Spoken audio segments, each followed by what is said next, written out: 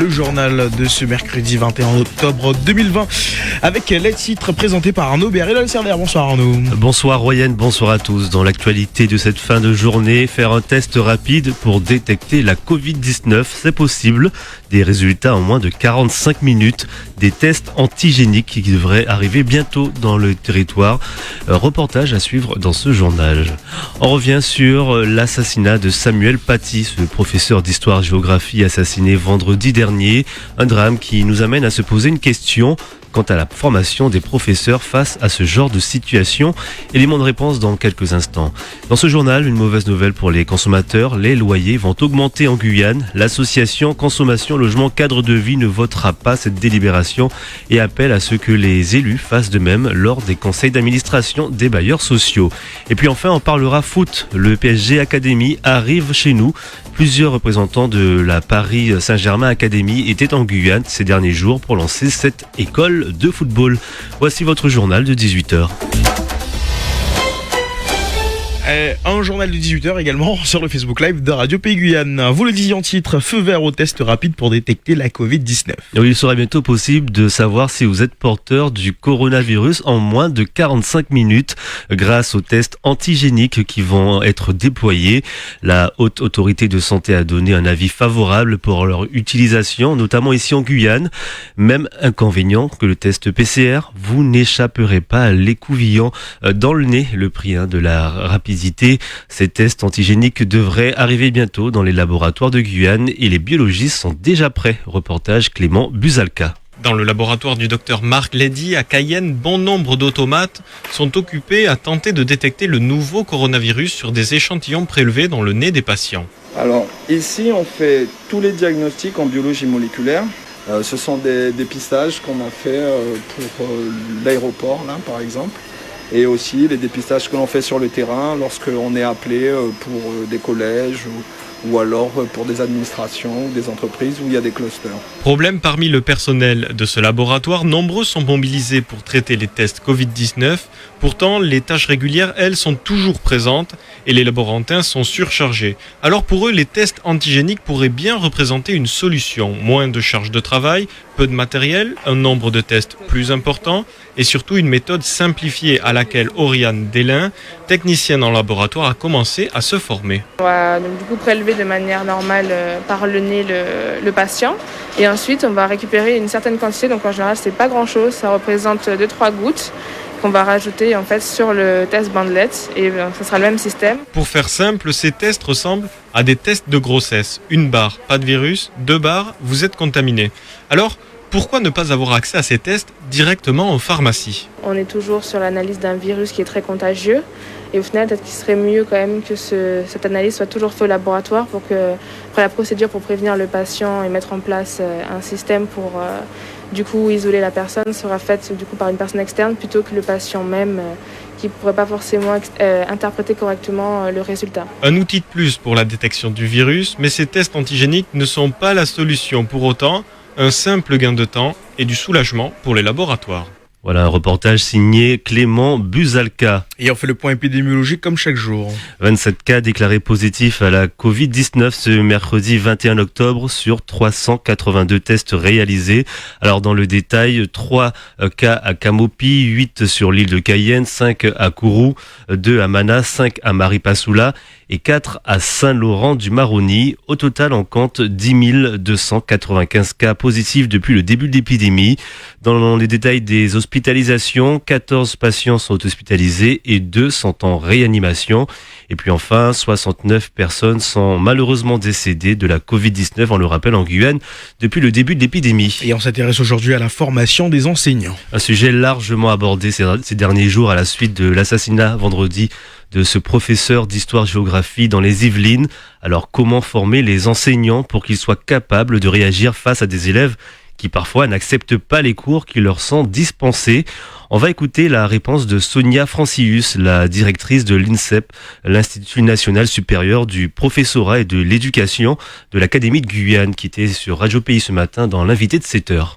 Nous avons des objectifs clairs en termes de contenu à enseigner. Par contre, il est évident, et c'est de la responsabilité des INSPE, de faire en sorte que cet enseignement soit bien contextualisé, que cet enseignement tienne compte des apprenants, de leur contexte culturel, social et géographique. Il est évident qu'enseigner la laïcité sur territoire comme celui de la Guyane, évidemment, suppose la prise en compte de ce qu'est la population guyanaise aujourd'hui, totalement multiculturelle, multilingue, et puis aussi, on a aussi beaucoup de religions qui fleurissent, qui émergent sur le territoire. Donc, d'où la nécessité de bien insister sur les devoirs, en tout cas des uns et des autres, y compris des professeurs, quant à la neutralité vis-à-vis des religions, la neutralité supposant ne pas prendre parti, mais donner à chacun, à chaque élève, quel qu'il soit, la possibilité de se sentir accepté, entendu, quelle que soit sa religion.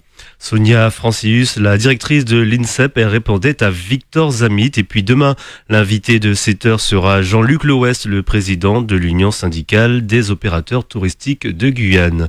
L'hommage républicain rendu à Samuel Paty aujourd'hui à la Sorbonne résonne aussi en Guyane.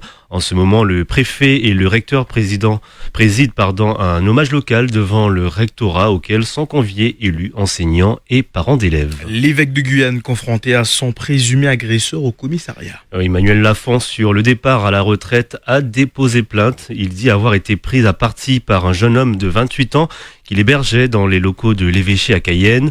Les deux hommes n'ont pas fourni la même version des faits et la confrontation donc a eu lieu hier au commissariat. Le jeune homme a été remis en liberté. Radio Pays, la suite du journal, Arnaud Béhari-Lolsirder.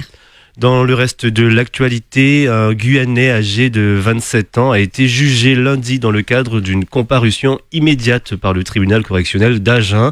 En milieu de semaine dernière, ce jeune homme, dans la nervosité, n'avait pas échappé aux douaniers, a été interpellé. Il avait subi un test urinaire qui s'est révélé positif à la cocaïne. Un examen radiologique met en évidence qu'il avait ingéré plus de 120 ovules de drogue. Celui qui était arrivé de Cayenne via un vol sur Paris avant de prendre un train direction le sud-ouest a expliqué livrer la drogue à Auch. Il a ajouté que cette mission devait rembourser ses dettes. Il a été condamné à 3 ans de prison ferme et à une amende douanière de 51 000 €. Les loyers vont augmenter en Guyane. Oui, car comme chaque année, les conseillers d'administration des bailleurs sociaux se réunissent pour réviser les loyers. Une révision qui signifie des loyers plus chers pour les locataires. C'est ce que dénonce l'association CLCV Consommation Logement Cadre de Vie. Car de leur côté, les allocations logement n'évoluent pas de la même manière. Alors conséquence, la CLCV ne votera pas cette délibération et appelle à ce que les élus fassent de même. C'est ce qu'espère Alain Chrétien, le président de la CLCV. On l'écoute. Pendant la période du Covid, on avait dit de ne pas augmenter les charges. On avait dit de supprimer les charges de façon à ce que les loyers soient allégés pour les familles les plus modestes. On nous a répondu non. Donc maintenant, nous disons également qu'au niveau de l'augmentation qui se fera pour l'année 2021, nous, les administrateurs de la CLCV, nous allons dire non également. Tant pis pour ceux qui, pendant cette délibération, en votant l'augmentation, mais nous demandons aux élus qui siègent également au sein des conseils d'administration de la CIVI et de la CIMCO, de faire autant comme nous, de ne pas voter cette augmentation de 2021 de 0,66. Il n'y a aucun élu qui frappe du poing pour dire on ne veut pas de cette augmentation. Au contraire, c'est bouche cousue. Et ça nous dérange énormément. Si les élus nous suivent, il n'y a pas de problème. Les élus ont été élus par la population, comme nous avons été élus par les locataires. Les administrateurs qui sont là ont été désignés par leur administration. Ce n'est pas notre cas et ce n'est pas le cas des élus. Donc nous sommes là pour défendre la population. Nous ne sommes pas là pour les enterrer vivants. Alain Chrétien, le président de la CLCV, il répondait à Victor Zamit. La PSG Academy arrive en Guyane. Et plusieurs représentants de la Paris Saint-Germain Academy étaient en Guyane ces derniers jours pour lancer cette école de football qui sera mise avec l'Olympique de Cayenne, déjà présente aux Antilles depuis 1 an et demi. C'est donc au tour de la Guyane d'ouvrir ses portes à cette académie présente partout dans le monde. Environ 18 000 enfants portent le maillot de la PSG Academy. Et d'ailleurs, en Guyane, tous les enfants de tous les niveaux seront les bienvenus. Mais en avant, Albert Darnal, le président de l'Olympique de Cayenne. La philosophie qui est contenue dans le projet éducatif, c'est d'abord former les hommes qui intégreront la société de demain, mais aussi détecter des talents. Donc, c'est pas du perfectionnement, on va dire. On prend tout le monde. Et c'est vrai que comme on ne peut pas non plus entraîner tout le monde de la même manière, puisque si un enfant est talentueux et qu'il a déjà des qualités particulières, on ne va pas le faire travailler avec un enfant qui est moins bon, on va dire. On va donc faire des groupes de niveau à l'intérieur même de la school. S'il y a vraiment un enfant exceptionnel, il sera réservé pour le PSG, c'est sûr. Mais comme on ne pourra pas placer tous les meilleurs au PSG, comme c'est le cas aujourd'hui, il y a des enfants qui vont partir dans d'autres clubs et ils pourront accéder à d'autres métiers du football. Par exemple, être arbitre aujourd'hui, c'est professionnel, on est payé, mais aussi être dirigeant de club, être agent de joueurs. On forme avant tout des hommes. C'est pour ça que le partenariat s'est établi avec l'Olympique de Cayenne, parce que nous sommes un petit peu dans la même philosophie.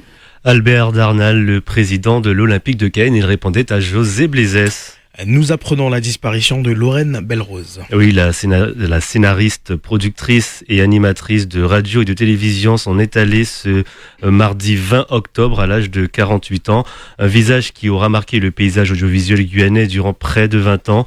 Passionnée pour le cinéma, elle qui a fondé la société de production Beer Team Productions, à l'origine des films comme Lovna ou encore Les corps qui pensent. Et puis, on termine ce journal avec le film de Christophe Pierre.